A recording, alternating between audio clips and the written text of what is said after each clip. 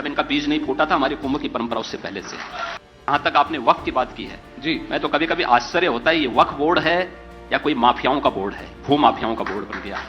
और कुंभ में दावेदारी करने वाले लोग जी अपनी गनीमत देखो, अपनी खाल बचा लें तो गनीमत होगी उनके लिए। नमस्कार, मैं हूं विजय और स्वागत है आपका सियासत नगरी में। उत्तर प्रदेश की सियासत फिर गर्मा गई है। सीएम योगी आदित्यनाथ ने वक्फ बोर्ड को भूमाफिया कहकर बवाल खड़ा कर दिया है। जहां तक आपने वक्फ की बात की है जी, मैं तो कभी कभी आश्चर्य होता है ये वक्फ बोर्ड है या कोई माफियाओं का बोर्ड है, भू माफियाओं का बोर्ड बन गया।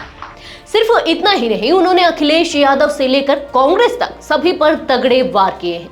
कि बउआ की बात की है, मैं बताना चाहूंगा ये लोहिया जी के नाम पे राजनीति करते हैं।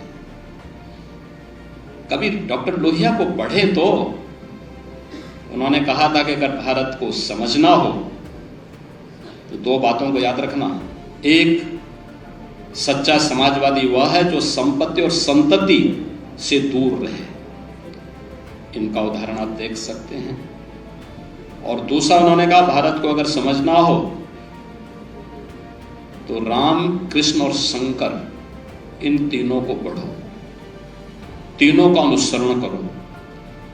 भगवान राम उत्तर से दक्षिण, भगवान श्री कृष्ण पूरब से पश्चिम को जोड़ने वाले, और द्वादश ज्योतिर्लिंग के माध्यम से संपूर्ण भारत को जोड़ने वाले ये तीन आराध्य देव जिस परंपरा में हो उसको कोई बाल बांका नहीं कर सकता। डॉक्टर लोहिया की बात है तो कम से कम लोहिया को पढ़ें। तो अगर लोहिया को पढ़ेंगे तो मुस्लिम परस्ती से बच पाएंगे और आने वाली पीढ़ी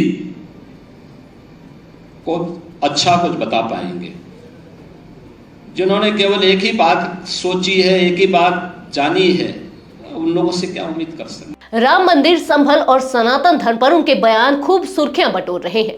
दरअसल सीएम योगी आदित्यनाथ ने हाल ही में बयान दिया कि वक्फ बोर्ड भूमाफिया की तरह काम कर रहा है। योगी सरकार ने फैसला किया है कि वक्फ बोर्ड के अवैध कब्जाई गई हर इंच जमीन की जांच होगी और उसे वापस लिया जाएगा।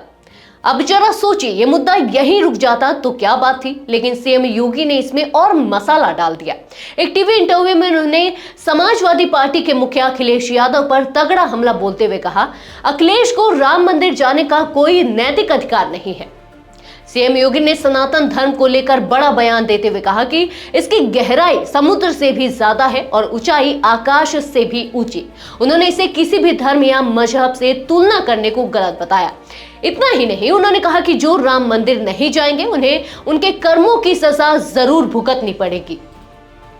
अब संभल की बात करें तो योगी आदित्यनाथ ने इसे सीधे 10वें कल्कि अवतार से जोड़ दिया। उन्होंने कहा कि संभल का इस्लामीकरण किया गया, जहां 209 हिंदुओं की जान ले ली गई, और यह सब तब हुआ जब पिछली सरकारें इन पर चुप्पी साधे रही। सीएम ने लोगों से अपील की कि इस मुद्दे पर खड़े होकर आवाज उठानी चाहिए। योगी ने अपने बयान में कहा, देव और दानव हमेशा से धरती पर रहे हैं। जो लोग जोड़ने की बात करते हैं वो मानव परंपरा के हैं और जो लोग तोड़ने की बात करते हैं वो दानव परंपरा के हैं। उन्होंने विपक्ष पर तंज कसते हुए कहा कि भारत को डिस्कवरी ऑफ इंडिया के नजरिए से देखने वाले लोग इसे कभी समझ नहीं पाएंगे। कांग्रेस को निशाने पर लेते हुए सीएम ने कहा कि कांग्रेस ने संविधान का सबसे ज्यादा उल्लंघन किया है। अखिलेश यादव को विकास और विरासत का विरोधी बताते हुए योगी ने कहा कि उन्होंने अयोध्या के साथ अनैतिक व्यवहार किया है। तो सीएम योगी के इन बयानों ने उत्तर प्रदेश की सियासत को नया रंग दे दिया है। वक्फ बोर्ड पर कार्रवाई की बात हो, राम मंदिर पर अखिलेश पर निशाना हो या संभल के इतिहास का जिक्र, हर मुद्दा चर्चा में है। अब देखना यह है कि विपक्ष इन बयानों पर क्या पलटवार करता है। आपकी राय क्या है? क्या वाकई वक्फ बोर्ड पर योगी सरकार का एक्शन सही है? हमें कमेंट में जरूर बताइए और ऐसी ही सियासी खबरों के लिए जुड़े रहिए सियासत नगरी के साथ। धन्यवाद।